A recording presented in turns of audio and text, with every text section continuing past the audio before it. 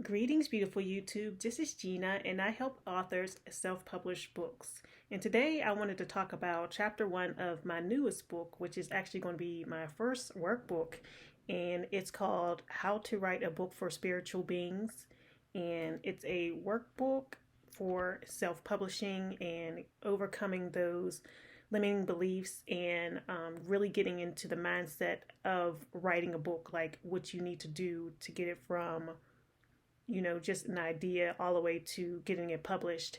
And the first thing we need to do is work on our mindset before we even go into what it's going to be about or the other things that are more practical. First, you have to overcome, your mindset because I know me personally, I struggled with imposter syndrome all the time, and it's hard to consistently show up for yourself when you're either self-employed or doing a side project or anything that's pretty much putting your name on a line. Even if you use a pen name, it's just something that keeps us from writing, sitting down and just writing the book. It's easy to just say, okay, just sit down and write it. It's not that easy. Even if you're doing, like, let me do a certain amount of words a day, and sometimes it just doesn't flow like that. So you have to it's beyond discipline. I mean, you can have the discipline and then fall off. So basically, if you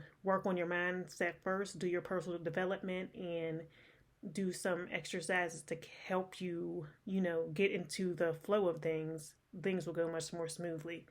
So that's what this chapter is all about, is overcoming limiting beliefs and writing new story for yourself, new information for yourself, in order to see what the blocks really are from keeping you from writing your book. So there are a lot of excuses that we come up with that prevent us from writing. And what I need you to do is basically get out a piece of paper or a journal and just write down the reason that you. Okay, that was crazy. This is just a closet. Ooh.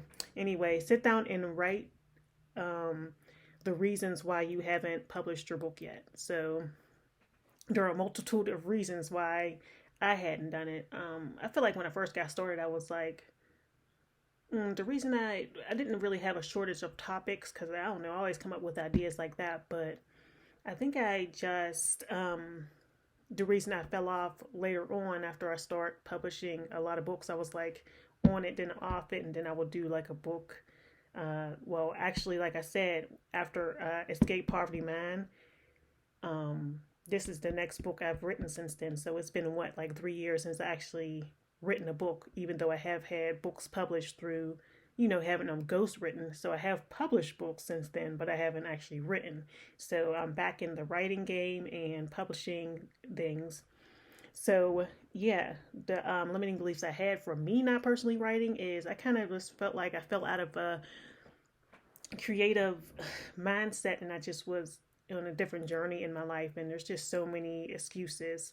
Like, for example, if you say I'm busy with other projects, which is true because I was doing other things like my beauty business and stuff. So other projects will come up, but that's still a limiting belief. So we need to think about that. If you're busy with other projects, but you always had a book that you wanted to write in the back of your mind, I feel like you would really just get that done. So if you're busy with other projects, I would say that's a lie and a limiting belief.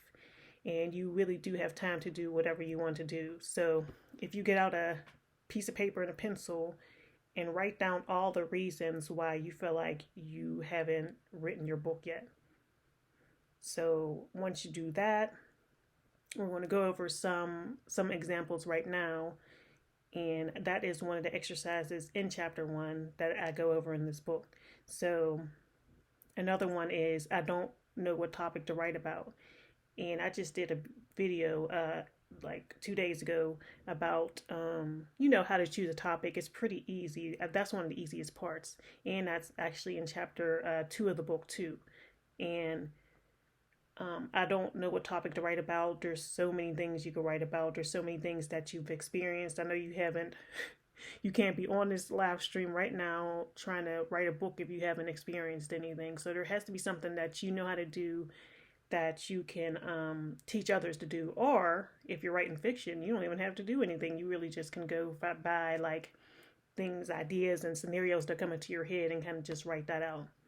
So, what you want to do is say if your first one was, I don't know what to write about, that means you would cross that out and write the word lie next to it because that is a lie. And sometimes we tell ourselves lies in order to, keep us procrastinating. So cross that out after you've written down one of the reasons why you haven't written your book.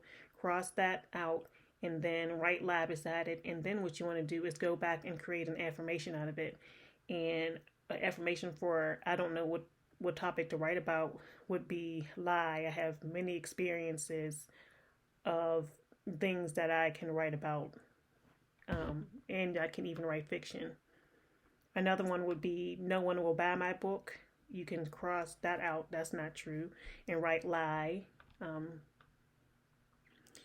My book will help others even if I don't sell any. Just by the reading of the title, people will tap into the energy and I may change someone's life. Somebody might not actually go and purchase your book, but you still have the ability to sell. You never know. You never know. It's going to be up there and it's evergreen. It's going to be up there forever as long as you don't put it down or for some reason it's not taken down. And you could put it on multiple platforms just in case you're afraid of that. And I feel like someone will buy your book. Another one will be like, I don't know how to market the book once I write it. There's a lot of marketing strategies. The strategy is not really what you want to worry about right now. Right now, you just want to worry about getting over these limiting beliefs and doing that. So for that one, I'm sorry, I have the draft here. I don't know how to market it, and I would say that's a lie. I don't have to market my book. The right people will find it through the search engines, and that's true. The right people will find it through the search engines. Once you use search engine optimization or keywords, different keywords or terms that people are searching for, in order to find your book, you will make some sales. And also, if you do the one strategy I was talking about, which is first in series, you can make that free. And then if people like the first in series, they'll buy the next one. So I just feel like if you get it out there,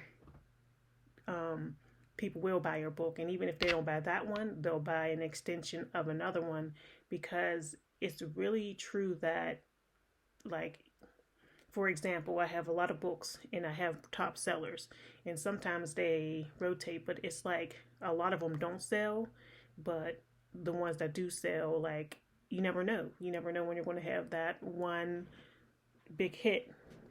So, just keep putting them out there and go from there. Like, no author wants to really stop at just one book, so you can't really worry about that and let that hold you back. And there's just a lot of limiting beliefs we have. Like, another one would be, I don't have enough money.